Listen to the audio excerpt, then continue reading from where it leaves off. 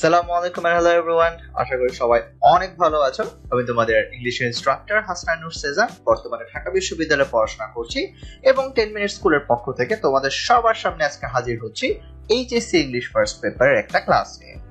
আমাদের English first পেপারের যে পাঠ্য বই রয়েছে ইংলিশ ফর টুডে, সেখানকার বিভিন্ন ইউনিটস, বিভিন্ন লেসনস নিয়ে হচ্ছে আমরা এই প্লেলিস্টে আলোচনা করেছি। আজকে সেই পাঠ্য বইয়ের একটা ইউনিট এবং সেই ইউনিটের একটা লেসন নিয়ে আমরা আলোচনা করব। ইউনিটটা হচ্ছে ট্যুরস এন্ড ট্রাভেলস এবং আমাদের আজকের আলোচনার লেসন হচ্ছে অ্যারাইভিং ইন দ্য ওরিয়েন্ট। আসুন সরাসরি আমাদের লেসনটাতে আমরা প্রবেশ করি। প্রথমত ওয়ার্ম আপ অ্যাক্টিভিটি করতে হবে। মেইন অ্যাক্টিভিটিতে যাওয়ার আগে একটু শরীর গরম করে নিতে হবে। বেসিক্যালি মাথা আমাদের একটু আগে খাটিয়ে নিয়ে মাথাটা ভালোভাবে চালু করে নিতে হবে, ঠিক আছে? সো ওয়ার্ম আপ অ্যাক্টিভিটিটা কি? Discuss the following questions in pairs. কিছু কোয়েশ্চেন দেখবো এবং আমি আর তুমি এটা আসলে একটু আলোচনা করি, ওকে? প্রথম প্রশ্ন, have you ever travelled by boat, launch or steamer along a river? তুমি কি কখনো বোটে চলাচল করেছো কিনা? তুমি কি কখনো নৌকা, লঞ্চ কিংবা স্টিমারের মাধ্যমে নদীতে ভ্রমণ করেছো? এই জিনিসটা জানতে চেয়েছে। আমার কথা যদি বলতে হয়, আমি নৌকায় ভ্রমণ করেছি, লঞ্চে ভ্রমণ করেছি, কিন্তু স্টিমারে কিন্তু আমার আসলে ঠিক মনে পড়ছে না। আমার কাছে মনে হয় না আমি স্টিমারে কখনো নদীতে ভ্রমণ করেছি। তোমরা অনেকে হয়তো ভ্রমণ করেছো, অনেকে হয়তো করনি, অনেকে হয়তো বোট, লঞ্চ, স্টিমার কোনোটাই করনি। কোনো সমস্যা নেই, এখন আমাদের হাতে অনেক সময় আছে, ইনশাল্লাহ আমরা বোট, লঞ্চ, স্টিমার সবকিছুতে ইনশাল্লাহ চড়তে পারবো। পরের প্রশ্ন, before the beginning of air travel, people traveling between continents had to do so by ships. What do you think were the pleasures and the dangers of those journeys? আকাশপথে ভ্রমণের পূর্বে এক মহাদেশ থেকে অন্য মহাদেশে ভ্রমণকারীদের জাহাজে চড়ে ভ্রমণ করতে হতো। তোমার মতে ওইসব ভ্রমণের আনন্দগুলো কি ছিল, ভালো জিনিসগুলো কি ছিল, আর বিপদগুলো কি কি ছিল? আচ্ছা, আমার কাছে যেটা মনে হয়, বা আমি আসলে সেভাবে এক কন্টিনেন্ট থেকে আরেক কন্টিনেন্টে জাহাজে কখনো যাইনি, মনে হয় না কখনো যাওয়া পড়বে। তবে আমার কাছে মনে হয় যাওয়াও যদি কখনো পড়েও থাকতো, সব থেকে ভালো মনে হয় আমার কাছে লাগতো দ্য নেচার। আমি হয়তো অনেক দিন, কয়েক সপ্তাহ ধরে সমুদ্র পথে যাচ্ছি, সমুদ্রের চমৎকার যে সিনারি গুলো দেখতাম, এটা আমার কাছে খুব ভালো লাগতো। তাজা হাওয়া দেখতে পারতাম, আশপাশে প্রচুর মাছ দেখতে পারতাম, এই জিনিসগুলো দেখে হয়তো ভালো লাগতো। This are the pleasures. কিন্তু অনেক ডেঞ্জারও কিন্তু থাকতো। সমুদ্র পথে চলাচল করা কিন্তু বেশ বিপদসংকুল ব্যাপার, কেননা সেখানে অনেক বড় সড়ো ঢেউ আসতে পারে, অনেক বিশ্রী ধরনের অনেক ঝড় আসতে পারে, যেগুলো হয়তো আমরা কখনো স্থলভাগে বসে কখনো দেখি না, এরকম হতে পারে। নৌকা ডুবি, জাহাজ ডুবি, এটা কিন্তু আসলে হর হামেশা আগেরকার দিনে হয়েই থাকতো। সেইগুলো কিন্তু আসলে বিশাল ডেঞ্জার। মানে আমাদের জীবন নিয়ে যেখানে আসলে প্রশ্ন উঠে যায়, তার থেকে বড় ডেঞ্জার তো আসলে কিছু হতেই পারে না, তাই না? সো আগের থেকে কিন্তু এখন আমরা অনেক বেশি ফরচুনেট যে আমাদের এই সমস্যাগুলো আর খুব একটা ফেস করা লাগে না। আমরা অনেক বেশি এখন ভাগ্যবান হয়ে গিয়েছি। ওকে, সো এই ছিল হচ্ছে মোটামুটি আমার মতে প্লেজার এবং ডেঞ্জার্স গুলো। তোমরা নিজেরাও নিজেদের মধ্যে আলোচনা করতে পারো, বা তোমরা চাইলে আমাকে তোমাদের এই চিন্তা ভাবনাগুলো জানাতেও পারো। তুমি কি ভাবো, প্লেজার্স গুলো কি হতো, ডেঞ্জার্স গুলো কি হতো? ঠিক আছে, সো আমরা ওয়ার্ম আপ অ্যাক্টিভিটি করলাম। এখন একটু দেখি আমাদের লেসনে ঢোকার আগে কি পড়বো, আমরা লেসনটা কি নিয়ে পড়বো। During the colonial era, 1757 to 1947, the English came to India in great numbers in search of fortune. Many young women in quest of husbands also traveled to India. ঔপনিবেশিক যুগে, সেই ঔপনিবেশিক যুগটা কবে থেকে কবে ছিল? 1757 থেকে বেসিক্যালি 1947 সাল পর্যন্ত। ইংরেজরা ভাগ্যান্বেষণে ব্যাপক সংখ্যায় ভারতবর্ষে এসেছিল। অনেক যুবতী মেয়েও পাত্রের খোঁজে ভারতবর্ষে সেই সময় কিন্তু আসলে এসেছিলেন। জর্জ অরওয়েল, ওনার জন্ম এবং মৃত্যু সাল দেওয়া আছে 1903 থেকে 1950। George Orwell spent a part of his early life in Burma, now Myanmar, then an English colony, serving as a police officer. George Orwell তদানীন্তন ইংরেজ উপনিবেশ বার্মায়, যেটাকে বর্তমানে মিয়ানমার আমরা বলি, সেখানে পুলিশ অফিসার হিসেবে প্রথম জীবনের একটা অংশ কাটিয়েছিলেন। In the following extract taken from his Burmese days, we get the picture of the journey of a young English woman, Elizabeth, across the sea by ship and her arrival in Burma. তার বার্মার দিনগুলো, তিনি একটা বই লিখেছিলেন বার্মার দিনগুলো, সেখান থেকে গৃহীত আমরা নিচের এই উদ্ধৃতাংশটা নিয়েছি। সেখানে আমরা দেখব একটা ইংরেজ যুবতী এলিজাবেথ, সে জাহাজে চড়ে সমুদ্র ভ্রমণ করে এবং সে বার্মায় আগমন করে। সেই আগমনের বিবরণী, তার যাত্রার বিবরণী হচ্ছে আমরা একটু পরে পড়ব। She has a typical colonial mindset and fantasizes a glorious life in India. তার সহজাত যে ঔপনিবেশিক মনোবৃত্ত ছিল বা মনোভাব ছিল, এবং সে আসলে ভারতবর্ষে একটা চমৎকার জীবনের অলিক কল্পনা করেছিল। সেখানে বলেছে ফ্যান্টাসাইজেস আ গ্লোরিয়াস লাইফ ইন ইন্ডিয়া, একটা অলিক কল্পনা করেছিল যেখানে তার দিনগুলো অনেক ভালো হবে। Her attitude to the colony is also characteristic of the colonizer's psyche that liked the land and the landscape but was dismissive of the people called natives and their way of life. So এই যে উপনিবেশিক মনোভাবের কথা একটু আগে আমরা বললাম না, সেই উপনিবেশিক মনোভাবটা কি আসলে? সেটা হচ্ছে এই যে উপনিবেশগুলো ছিল সেগুলোর প্রতি তার মনোভাবটা ছিল যে উপনিবেশিকের মতো। কিরকম? তারা হচ্ছে দেশটা বা দেশের প্রাকৃতিক সৌন্দর্যগুলোকে পছন্দ করত, কিন্তু তাদের যে জনগণ ছিল, তাদের যে স্থানীয় অধিবাসী এবং তাদের যে জীবন প্রক্রিয়া, সেই জিনিসগুলোর প্রতি কিন্তু তারা আসলে উদাসীন ছিল। They were dismissive. এই ব্যাপারটি হচ্ছে বলেছে যে তারা একটা ঔপনিবেশিক তাদের মনোভাব ছিল। ওকে, সো আমরা এখন কি পড়বো অলরেডি কিন্তু জেনে গিয়েছি।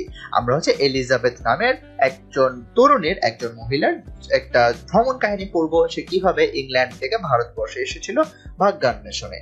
এখন আমরা সেই টেক্সটটাই হচ্ছে নিচে পড়বো, সেটাই বলেছে। Now read the text and answer the questions that follow. So আরো পরে হচ্ছে বিভিন্ন প্রশ্ন উত্তর আসবে, সেটা আমরা পরে দেখছি। আগে এই কনটেক্সটটা আমরা পড়ি। Elizabeth spent £30 on summer frocks and set sail immediately. The ship, heralded by rolling porpoises, plowed across the Mediterranean and down the canal into a sea of staring, enamel-like blue, then out into the green west of the Indian Ocean, where flocks of flying fish skimmed in terror from the approaching hull. Okay, বেশ বড় একটা line হয়তো মনে হচ্ছে। আগে হচ্ছে প্রথম লাইনের ইংলিশটা আমি একটু ট্রান্সলেশন করে দিই। Elizabeth spent £30 on summer frocks and set sail immediately. Elizabeth গ্রীষ্মকালীন পোশাক কিনে 30 পাউন্ড ব্যয় করলেন এবং খুব জলদি সে সমুদ্র যাত্রা শুরু করলো। এরপর যে কথাটা বলেছে, সাঁতরে চলা শুশুকের পথ নির্দেশনায় জাহাজটা ভূমধ্যসাগর পাড়ি দিল এবং খাল হয়ে এনামেলের মতো নীল রঙের নজর কাড়া একটা সমুদ্রে এসে পৌঁছলো।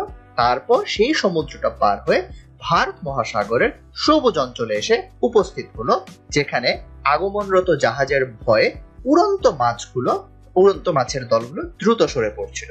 ঠিক আছে, একটু বড় একটা লাইন, বাট আমরা যদি পার্ট পার্ট করে পড়ি তাহলে বুঝতে পারবো।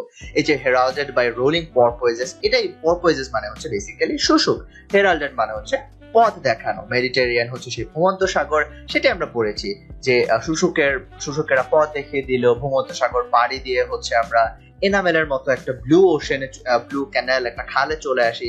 সেখান থেকে হচ্ছে আমরা ইন্ডিয়ান ওশেন বা ভারত মহাসাগরে চলে আসি, যেটা দেখতে গ্রিন কালার বা সবুজ মতো।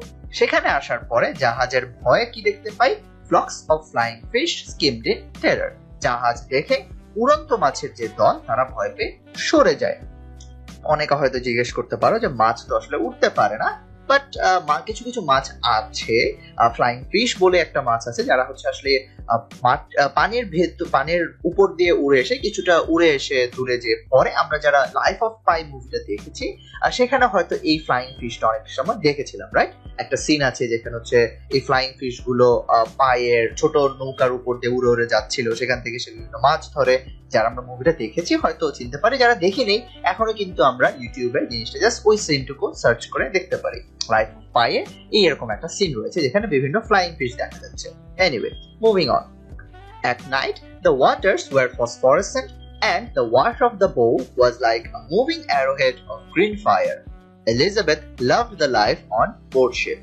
রাতের বেলায় জলরাশি জলজল করত এবং জাহাজের অগ্রভাগটা, জাহাজের সামনের যে ভাগটা ছিল, সেটার পানি প্রবাহ ছিল হচ্ছে সবুজ আগুনে ছুটন্ত তীরের মাথার মতো। এলিজাবেথ হচ্ছে জাহাজের এই জীবনটা বেশ পছন্দ করা শুরু করে দিয়েছিল। She was going to love India. She knew. She had formed quite a picture of India from the other passengers' conversation. She had even learned some of the more necessary Hindustani phrases such as idhar aao, jaldi, sahib log, etc. Elizabeth জানতো যে সে ভারতবর্ষে প্রেমে পড়তে যাচ্ছে, সে পছন্দ করবে। সে অন্যান্য যাত্রীদের যে কথোপকথন বা যে কথাবার্তা সেখান থেকে ভারতবর্ষের মোটামুটি একটা ছবি সে এঁকে নিয়েছিল। এমনকি সে অতি প্রয়োজনীয় কিছু হিন্দুস্তানি শব্দ শিখে নিয়েছিল, যেরকম ইধার আও, জলদি, সাহিব লোক ইত্যাদি এই সকল শব্দগুলো সে শিখে নিয়েছিল। In anticipation, she tasted the agreeable atmosphere of clubs with pankhas flapping and barefooted white turbaned boys reverently salaaming, and moidans where bronze Englishmen with little clipped mustaches galloped to and fro whacking polo balls. আর কি কি সে কল্পনা করেছিল? সে কল্পনা করেছিল ক্লাবের মনোরম পরিবেশ সে already কল্পনা করে ফেলেছিল, যেখানে হচ্ছে হাত পাখা নাড়িয়ে খালি পায়ে সাদা পাগড়ি পরা বালকেরা বা ছেলেরা শ্রদ্ধার সঙ্গে তাকে সালাম দিচ্ছে। এবং সে আরো কল্পনা করেছিল কিছু ময়দান, সেই ময়দানগুলোতে হচ্ছে ছোট ছোট গোঁফধারী অনেক ইংরেজরা হচ্ছে পোলো বল সজোরে আঘাত করে এদিক সেদিক ছুটে যাচ্ছে। এরকম সে বিভিন্ন জিনিস অলরেডি কল্পনা করে ফেলেছিল। It was almost as nice as being rich the way people lived in India. ভারতবর্ষের মানুষ যেভাবে জীবনযাপন করত তা তার কাছে প্রায় ধনী হবার মতোই চমৎকার ছিল। They sailed into Colombo through green glassy waters where turtles and black snakes floating basking. A fleet of sampans came reaching out to meet the ship, propelled by coal-black men with lip stainer redder than blood by Beetlejuice. কি হচ্ছিল? তারা সবুজ স্বচ্ছ জলরাশির মধ্যে দিয়ে কলম্বো পৌঁছালেন। সেখানে হচ্ছে কচ্ছপ এবং কালো সাপগুলো আসলে রোদ পোহানোর জন্য ভেসে বেড়াচ্ছিল। এরপরে তারা দেখলো এক সারি সাম্পান জাহাজের কাছে হচ্ছে তাদের জাহাজে চলে আসলো। হ্যাঁ, বিভিন্ন সাম্পান ছিল, সেরকম সাম্পানের কাছে তাদের জাহাজ ভিড়লো, যেগুলোর মাঝিরা ছিল আসলে কয়লার মতো কালো, কিন্তু তাদের ঠোঁট হচ্ছে পানের রসে রক্তের চেয়ে বেশি লাল হয়ে গিয়েছিল। They yelled and struggled round the gangway while the passengers descended. যাত্রীরা নামার সময় তারা সিঁড়ির চারপাশে উচ্চ স্বরে ডাক দিচ্ছিল এবং তারা একত্রে জড়ো হয়ে যাচ্ছিল। As Elizabeth and her friends came down, two champanwalas, their prows nosing against the gangway, sought them with yells. যখন এলিজাবেথ ও তার বন্ধুরা নেমে আসছিল তখন দুইজন সাম্পানওয়ালা সিঁড়ির গায়ে তাদের নৌকা থেকে উচ্চ স্বরে হচ্ছে তাদেরকে ডাকছিল, তাদেরকে মিনতি করছিল যেন তাদের সাম্পানেই তারা উঠে আসে। সেই রকমই হচ্ছে একটা কনভারসেশন আমরা দেখি। Don't you go with him, Missy. Not with him. Bad wicked man, he. Not fit taking Missy. একজন সাম্পানওয়ালা সে এরকম ভাঙা ভাঙা ইংরেজিতে কিছু একটা বলার চেষ্টা করছে। অপর পক্ষের যে সাম্পানওয়ালা আছে সেও কিন্তু কম যায় না, সেও কিন্তু ভাঙা ভাঙা ইংলিশে শুরু করলো। Don't you listen him lies, Missy. Nasty low fellow. Nasty low tricks him playing. Nasty native tricks. এইরকম ভাঙা ভাঙা ইংলিশে সে বলছে। এরপর বলছে হা হা, he is not native himself. Oh no, him European man. White skin all same, Missy. হা হা, এরকম করে সে হাসছে। বেসিক্যালি দুজন সাম্পানওয়ালা হচ্ছে ঝগড়া করছে। একজন বলছে যে ওর কাছে যেও না, ও হচ্ছে একজন ব্যাড উইকেট ম্যান, ও খারাপ, মিসিকে নেওয়ার যোগ্য না। আবার যাকে হচ্ছে ব্যাড উইকেট ম্যান বলছে সে বলছে যে ওর কথা শোনেন না, ও একটা লো ট্রিক, খুব নিচু লেভেলের ট্রিক খেলতেছে, আপনি আপনার আমার কাছে আসেন। আবার ওকে বলছে যে সে তো আসলে ইউরোপিয়ানই না, সে তো সাদা চামড়ার মানুষ, মিসি ওর কাছে। এরকম করে হচ্ছে তারা বেসিক্যালি একটা ঝগড়া করছে। এনিওয়ে, এখন হচ্ছে এলিজাবেথের ফ্রেন্ড আসলো। Stop you bat, you two, or I'll fetch one of you a kick, said the husband of Elizabeth's friend. He was a planter. সে কি অ্যান্সার করলো? সো এলিজাবেথের হাজবেন্ডের যে ফ্রেন্ড ছিল সে একজন আবাদকারী ছিল, সে মোটামুটি চাষাবাদ করতো। সে হচ্ছে এরকম একটা হুমকি দিল যে দুজনে এখনই চুপ করো, না হলে দুজনকে কিন্তু আমি একটা লাথি দিব। They stepped into one of the sampans and were rowed towards the sun-bright quays. এরপরে হচ্ছে তারা একটা সাম্পানে উঠলো। এখান থেকে যে কোনো একটা সাম্পান তারা চুজ করলো, সেই সাম্পানে উঠলো এবং একটা রৌদ্রোজ্জ্বল জেটির দিকে তারা অগ্রসর হলো। হ্যাঁ, কোয়ে মানে হচ্ছে বেসিক্যালি জেটি, যেখানে জাহাজ ভিড়ে থাকে।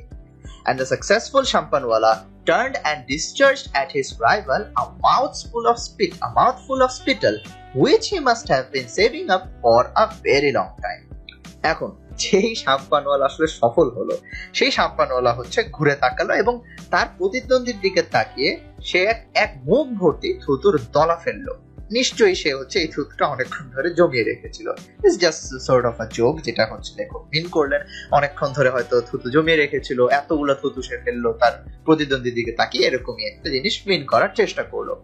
সো অলরেডি কিন্তু আমরা ওরিয়েন্ট বা প্রাচ্য নিয়ে কিন্তু কথা বলছিলাম। একটা জাহাজ, আমরা জাহাজ ভ্রমণের কাহিনী পড়ছি, আমরা সি ওশানের কাহিনী পড়ছি, এরকম চমৎকার দুটো ছবি হচ্ছে আমরা দেখলাম। Let's moving on. This was the Orient. Scents of coconut oil and sandalwood, cinnamon and turmeric floated across the water onto Mount Lavinia, where they bathed in a lukewarm sea that foamed like Coca-Cola. এটাই ছিল প্রাচ্য। নারকেল তেল, চন্দন, দারুচিনি এবং হলুদের সুবাস যেন জলরাশি পেরিয়ে মাউন্ট লিভিনিয়াতে পৌঁছে যেত। সেই মাউন্ট লিভিনিয়াতে হচ্ছে তারা একটা কুসুম গরম সমুদ্রে গোসল করলো। সেই কুসুম গরম সমুদ্র এমন ভাবে ফেনা হতো ঠিক যেন সেটা কোকা-কোলা বা সফট ড্রিঙ্কস গুলো যেরকম ফেনা ক্রিয়েট করে, ফেনা সৃষ্টি করে, সেই কুসুম গরম পানিতেও যেন সেই ধরনের ফেনা সৃষ্টি হচ্ছিল। She came back to the ship in the evening and they reached Rangoon in a week later. সন্ধ্যায় তারা জাহাজে ফিরে আসলো এবং তারা এক সপ্তাহ পরে রেঙ্গুনে পৌঁছে গেল। North of Mandalay, the train fueled with wood crawled at 12 miles an hour across a vast perched plain bounded at its remote edges by blue rings of hills. মান্দালয়ের উত্তরে ট্রেনটি কাঠের জ্বালানির সাহায্যে ঘন্টায় 12 মাইল বেগে নীল পাহাড় বেষ্টিত বিশাল ঊষর একটা সমতল ভূমি দিয়ে চলতে লাগলো। ওকে, কি পার্চড প্লেন মানে হচ্ছে বেসিক্যালি আমি যে ঊষর সমতল ভূমি সেটাই হচ্ছে parched plain. White egrets stood poised, motionless like herons, and piles of drying chilies gleamed crimson in the sun. সাদা সারসের মতো পাখি বকের মতো যেন অবিচল হয়ে দাঁড়িয়েছিল এবং শুকানো মরিচের স্তূপগুলোকে সূর্যের আলোতে টকটকে লাল দেখাচ্ছিল। এই টকটকে লালটাই হচ্ছে আমরা ক্রিমসন বলে থাকি। এবং যে স্টুড পয়েস্ট, মোশনলেস লাইক হিরন্স, এটার মানেই হচ্ছে আমরা যে বললাম সাদা সারসের মতো পাখি বকের মতো অবিচল হয়ে দাঁড়িয়েছিল সেটা। Sometimes a white pagoda rose from the plain like the breast of a supine giantess. The early topic night settled down and the train joined on, slowly stopping at little stations where barbaric yells sounded from the dark. মাঝে মাঝে এলাকাটিতে সাদা pagoda দেখা যাচ্ছিল, যেগুলো দেখতে অনেকটা চিত হয়ে থাকা দানবীর বক্ষের মতো মনে হচ্ছিল। আগাম গ্রীষ্মের রাত্রি যেন নেমে আসে এবং ট্রেনটা ধীরে ধীরে ঝাঁকুনি খেয়ে একটা ছোট স্টেশনে থামে, যেখানে অন্ধকার হতে বর্বরের মতো চিৎকার ভেসে আসছিল। Half-naked men with their long hair knotted behind their heads moved to and fro in torchlight, hideous as demons in Elizabeth's eyes. মাথার পেছনে লম্বা চুল ঝুটি বাঁধা অর্ধউলঙ্গ লোকগুলো মশালের আলোয় এদিক সেদিক চলছিল, যাদেরকে দেখে এলিজাবেথের মনে হয়েছিল দানবের মতো বিভৎস। It was about 9 o'clock when they reached Kayuktata, where Elizabeth's uncle and aunt were waiting with Mr. McGregor's car and with some servants carrying torches. যখন তারা কায়ুকদাতায় পৌঁছালো তখন প্রায় 9টা বেজে গেছে। সেখানে হচ্ছে এলিজাবেথের চাচা চাচি ম্যাকগ্রেগরের গাড়ি এবং মশালবাহী কিছু ভৃত্য সহ অপেক্ষা করছিলেন। Her aunt came forward and took Elizabeth's shoulders in her delicate Saurian hands. তার চাচি হচ্ছে এলিজাবেথের দিকে এগিয়ে আসলেন এবং তার কোমল হাতে এলিজাবেথের কাঁধ স্পর্শ করলেন। Mr. Lackerstein peered over his wife's shoulder in the torchlight. জনাব ল্যাকারস্টেইন মশালের আলোয় তার স্ত্রীর কাঁধের উপর দিয়ে উকি দিলেন। He gave a half whistle, exclaimed, "Well, I'll be damned," and then seized Elizabeth and kissed her more warmly than he need have done, she thought. She had never seen either of them before. জনাব ল্যাকারস্টেইন, mister ল্যাকারস্টেইন হচ্ছে মশালের আলোয় তার ভাতিজিকে দেখলেন এবং এলিজাবেথকে হচ্ছে জড়িয়ে ধরলেন এবং চুমু খেলেন। এলিজাবেথের মনে হলো যতটুকু প্রয়োজন ছিল তার থেকে যেন আসলে বেশি আন্তরিক হচ্ছে, কেননা সে আসলে কখনো তাদের এই চাচা চাচিকে কিন্তু আগে দেখেনি। ওকে, তো এই হচ্ছে আমরা এলিজাবেথের ঘটনাটা একটু পড়লাম, যে সে রেঙ্গুনে পৌঁছালো, সে হচ্ছে কায়ুকদাতে পৌঁছালো, তার চাচা চাচির সাথে দেখা করলো। এই পর্যন্ত হচ্ছে আমরা পড়লাম। এই পর্যন্ত পড়ার পরে হচ্ছে আমরা বেশ কিছু টপিক একটু প্র্যাকটিস করব। যা আমরা পড়েছি তার মধ্যে থেকে হচ্ছে আমরা এই প্র্যাকটিসগুলো করব। প্রথমত হচ্ছে আমরা কিছু প্রশ্নের উত্তর দিব। ওকে, সো ফার্স্ট কোয়েশ্চেন হচ্ছে, how did the waters of the Indian ocean look like during the night? রাতের বেলায় ভারত মহাসাগরের জলরাশি কেমন দেখাচ্ছিল? অ্যান্সার হচ্ছে, the Indian ocean is an ocean of green water. At night, the waters of the Indian Ocean became phosphorescent and the wash of the bow was like a moving arrowhead of green fire. Bharat মহাসাগর হচ্ছে সবুজ পানির একটা সাগর। রাতের বেলা ভারত মহাসাগরের পানি অনুপ্রব হয়ে গিয়েছিল, মানে হচ্ছে ফসফরেসেন্ট, এর বাংলায় হচ্ছে অনুপ্রব। এবং এর মাঝে ছুটে চলা জাহাজের যে গলুই বা সামনের পার্টটা, সেখানে দেখে মনে হচ্ছিল সেটা যেন সবুজ আগুনের বাঁকানো একটা ধনুকের মতো। Next question, what frightened flocks of flying fish? কোন জিনিসটা হচ্ছে ফ্লাইং ফিশদের ফ্লকটাকে ভয় পাইয়ে দেয়? কোন জিনিসটা দেখে হচ্ছে ফ্লাইং ফিশরা ভয় পেয়ে যায়? অ্যান্সার হচ্ছে, the arrival of the approaching ship frightened the flocks of flying fish. আগমনরত জাহাজের উপস্থিতি উড়ন্ত মাছের ঝাঁকগুলোকে ভয় পাইয়ে দিয়েছিল। ওকে, সো দুইটা প্রশ্নের অ্যান্সার করে দিলাম। সি নাম্বার কোশ্চেনটা দেখি, why did Elizabeth think that she would like India? এলিজাবেথের কেন মনে হলো যে তার ভারতবর্ষ পছন্দ হবে? এটার অ্যান্সার হচ্ছে, Elizabeth had a typical colonial mindset regarding India. Like other colonizers, she fantasized a glorious life in India. এলিজাবেথের ভারত সম্পর্কে ঔপনিবেশিক এক ধরনের মন মানসিকতা কাজ করত। অন্যান্য উপনিবেশিকদের মতো সেও ভারতবর্ষে জমকালো একটা জীবনযাপনের কল্পনা করেছিল। She liked the land and landscape. She anticipated the agreeable atmosphere of clubs with pankhas flapping and being salamed by the native and polo playing. সে হচ্ছে ওই এলাকার যে প্রকৃতি, প্রাকৃতিক সৌন্দর্য, এই জিনিসগুলো পছন্দ করেছিল। সে হচ্ছে কল্পনা করেছিল ক্লাবের উপযুক্ত পরিবেশটা কিরকম হবে, সেখানে হচ্ছে পাখার বাতাস থাকবে, স্থানীয়রা তাকে সালাম ঠুকবে এবং সেখানে পোলো খেলার সুবিধাও থাকবে। That's why Elizabeth thought that she would like India. এই কারণে এলিজাবেথের মনে হয়েছিল যে ভারত আসলে তার পছন্দ হবে। Moving on, D number question, what is polo? Who played the polo? Polo জিনিসটা কি? এটা আসলে কারা খেলেছিল? Answer হচ্ছে, polo is a game in which players are divided into two teams. Polo এমন একটা খেলা যেখানে খেলোয়াড়রা দুটো দলে আসলে বিভক্ত থাকে। Each team try to hit a ball with a goal into a goal using a long wooden hammer called mallet riding on horses. প্রতিটা দল ঘোড়ায় চড়ে একটা বলকে দণ্ডের সাহায্যে নির্দিষ্ট লক্ষ্যের দিকে ঠেলে দিতে চায়। The colonizer Englishman with little clipped mustaches played polo. ছোট গোঁফধারী ইংরেজ উপনিবেশিকেরা সাধারণত এই পোলোটা খেলে থাকতো। ওকে, আমরা হয়তো পোলো গেমটা অনেকে টিভিতে দেখেছি যে অনেক সময় ঘোড়ায় চড়ে হাতে হচ্ছে একটা দণ্ডের মতো থাকে, সেটা দিয়ে ছোট ছোট বল মাটিতে পড়া থাকে, সেগুলোকে ধাক্কা দিয়ে একদম মাটিতে লাগানো ছোট ছোট কিছু গোল থাকে সেগুলোর ভিতর দিয়ে নিয়ে যাওয়ার চেষ্টা করে। আমরা যদি না চিনে থাকি, জাস্ট একবার যদি একটু গুগলে সার্চ করে নেই যে পোলো গেম, আমরা ছবিটা দেখলে আমার কাছে মনে হয় মোটামুটি 99% আমরা বুঝে যাবো যে পোলো কোন খেলাটা।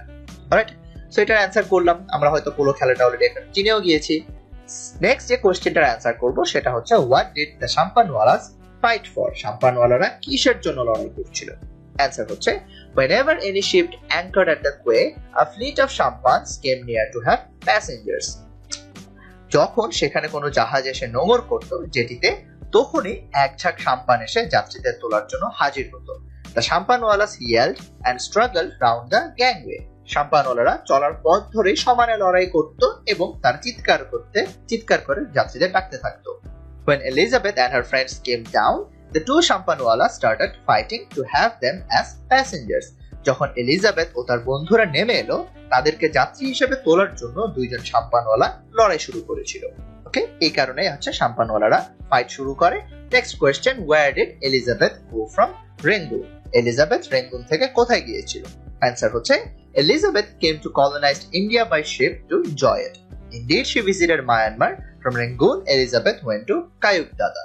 So, Rangoon থেকে হচ্ছে এলিজাবেথ কায়ুকদাদায় গিয়েছিল, যেটা কিন্তু আমরা লাস্টের দিকে হচ্ছে কনটেক্সটাই পড়েছিলাম। Next question, did Elizabeth enjoy her stay in Colombo? Elizabeth কি কলম্বোতে তার অবস্থান উপভোগ করেছিল কিনা? অফকোর্স করেছিল। When the ship carrying Elizabeth reached Colombo, she with her friends stepped into a sampan and went to the sign-bright quays. জাহাজটি এলিজাবেথকে নিয়ে যখন কলম্বো পৌঁছেছিল, সে এবং তার বন্ধুরা একটা সাম্পানে চড়ে রৌদ্রোজ্জ্বল জেটিতে গিয়ে পৌঁছেছিল। She enjoyed the scents of coconut oil and sandalwood, cinnamon and turmeric. সে নারকেল তেল, চন্দন কাঠ, দারুচিনি এবং হলুদের সুবাস উপভোগ করেছিল।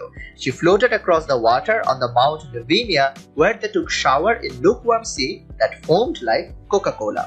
জলপথে সে মাউন্ট লেভিনিয়াতে গিয়েছিল, যেখানে তারা উষ্ণ সমুদ্র জলে তারা গোসল করেছিল। হ্যাঁ, তারা কুসুম গরম পানিতে গোসল করেছিল এমন একটা সমুদ্রে, যে সমুদ্রে আসলে কোকা কোলার মতো ফেনা হচ্ছিল।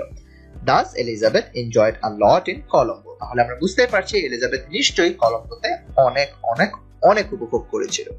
অলরাইট, আমরা কোশ্চেন অ্যান্সার করলাম। এখন আমরা ট্রু ফলস এর দিকে চলে যাব। আমরা বিভিন্ন স্টেটমেন্ট দেখব, স্টেটমেন্ট গুলো দেখে যদি ট্রু হয় আমরা টি বসাবো, যদি ফলস হয় আমরা এফ বসাবো।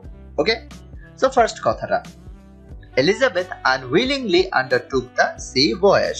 এলিজাবেথ অনিচ্ছায় সমুদ্র ভ্রমণ করেছিলেন। এটা কিন্তু অফকোর্স ফলস। এলিজাবেথ কিন্তু আসলে খুব খুশি হয়ে সে খুব আগ্রহী হয়ে এই সমুদ্র ভ্রমণটা করেছিল। সো এটা ফলস স্টেটমেন্ট। নেক্সট, হার কম্প্যানিয়ন্স ওয়্যার আনফ্রেন্ডলি। তার সঙ্গীরা ঠিক বন্ধুসুলভ ছিল না। এটাও কিন্তু ফলস। আমরা কিন্তু দেখেছি তার বন্ধুরা কিন্তু তার সাথে অনেক বন্ধুসুলভ আচরণই করেছে। Before she got into the Indian Ocean, she sailed across the Mediterranean. ভারত মহাসাগরে পৌঁছার আগে সে ভূমধ্য সাগর পাড়ি দিয়েছিল। এটা কিন্তু ট্রু। আমরা পড়েছিলাম যে শুরুতে ভূমধ্য সাগর পাড়ি দিয়ে এরপরে সে ভারত মহাসাগরে পৌঁছেছিল। D number, the Indians lived a glamorous life. ভারতীয়রা আসলে বিলাসবহুল জীবন যাপন করত। এইটা কিন্তু ফলস। আমরা কিন্তু জানি যে ভারতীয়রা আসলে না, ঔপনিবেশিক যারা রয়েছে তারা ভারতে গিয়ে একটা গ্ল্যামারাস লাইফ বা বিলাসবহুল জীবন যাপন করত। Lastly, the train journey to Kayukdata was a long one. কায়ুকদাতায় যে ট্রেন ভ্রমণটা ছিল সেটা দীর্ঘ সময়ের জন্য ছিল। এটা কিন্তু ট্রু। আমরা দেখেছিলাম মাত্র 12 মাইল বেগে আগাচ্ছিল এবং অনেকক্ষণ ধরে কিন্তু সে আসলে চলে যাচ্ছিল। Alright, question answer done. Then আমরা ট্রু ফলস শেষ করলাম। এখন আমরা যে কাজটা করব সেটা choose the right words from the box to fill the blanks in the sentences given below. আমরা একটা বক্স দেখতে পাচ্ছি যেখানে বিভিন্ন ধরনের শব্দ দেওয়া, ফ্লোটেড, অ্যান্টিসিপেশন, ক্লাউড, স্কিমড, ক্রলড এবং গ্লিমড। আমরা 6টা বাক্য দেখতে পাচ্ছি। এই বাক্যগুলো আমার কিছু গ্যাপ রয়েছে, এই গ্যাপে এই জিনিসগুলো বসাতে হবে। আমার বক্সের ভিতরে যে শব্দগুলো রয়েছে সেগুলো দিয়ে ফিল ইন দ্য ব্ল্যাঙ্কস করতে হবে। So first of all, the ship dashed through the Mediterranean. এই জিনিসটা কি হবে? তবে তার আগে আমি এই শব্দগুলোর মানে বলে দিই, তখন হয়তো তোমাদের ফিল আপ করতে আরো সুবিধা হবে। অলরাইট, সো ফ্লোটেড এটার মানে ভাসমান, অ্যান্টিসিপেশন মানে পূর্বে অনুমান করে নেওয়া বা পূর্বানুমান যেটা আমরা বলি, ক্লাউড মানে বাধা বিপত্তি ঠেলে অগ্রসর হওয়া, স্কিমড মানে আস্তে করে চলে যাওয়া, ক্রলড মানে গড়িয়ে চলা, গ্লিমড মানে জল করা। তাহলে আমার এখানে কোনটার সাথে কি কি হবে? The ship dash through the Mediterranean. এটার অ্যান্সার হবে the ship ploughed through the Mediterranean. এরপর the fish dash in terror from the approaching hull. এই জিনিসটা অলরেডি কিন্তু আমরা কনটেক্সটে পড়েছি। এখানে হবে the fish skimmed in terror from the approaching hull. C number, in dash she imagined the agreeable atmosphere. এখানে হবে in anticipation she imagined the agreeable atmosphere. কল্পনায় সে ভেবেছিল জিনিসটা। the black snakes dash basking. এটা হবে the black snakes floated basking. সেই black snake গুলো, সেই সাপগুলো কিন্তু পানির উপরে ভেসেছিল বাস করার জন্য বা রোদে যে স্নান করা যেটাকে বলে, রোদে গোসল করা, বেসিক্যালি সেই জিনিসটার জন্য। The train dash at 12 miles an hour. এখানে হবে the train crawled at 12 miles an hour. Piles of drying chili dash crimson in the sun. এখন একটাই শব্দ বাকি আছে আমাদের, সেটা হবে piles of drying chili gleamed crimson in the sun.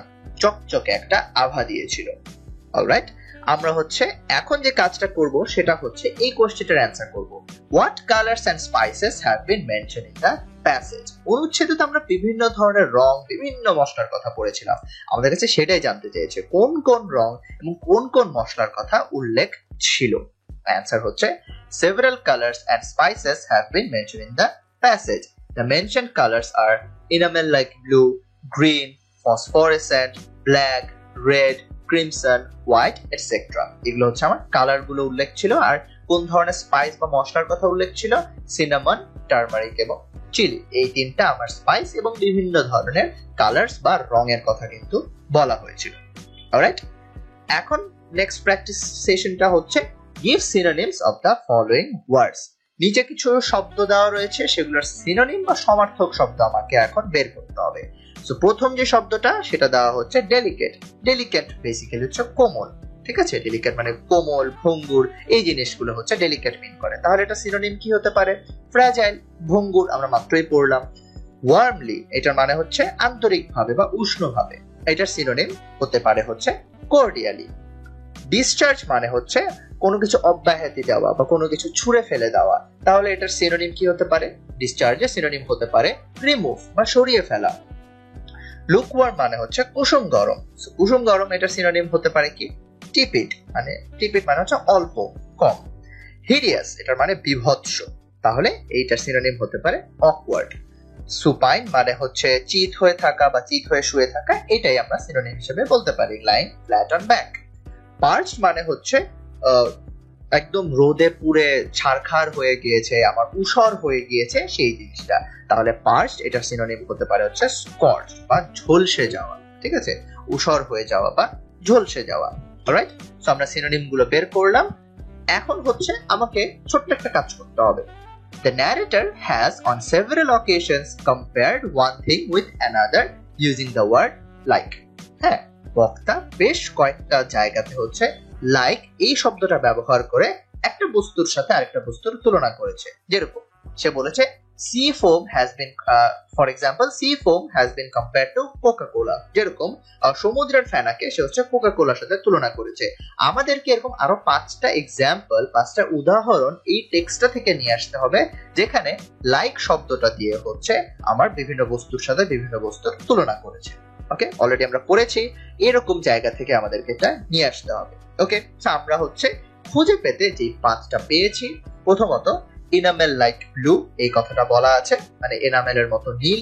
The wash of the bow was like a moving arrowhead of green fire, poised motionless like herons, rose from the plain like the breast of a supine giantess, এবং hideous as like demons। এরকমের 5টা example হচ্ছে আমরা context থেকে already পেয়েছিলাম, যার মাধ্যমে হচ্ছে আমরা এখানে লিখতে পারলাম যে এই যে লাইক শব্দটা, ওকে, এই যে লাইক শব্দটা, এই লাইক শব্দটা দিয়ে যে আমরা কম্পেয়ার করছি তার আরো 5টা এক্সাম্পল এখানে আমরা উল্লেখ করলাম।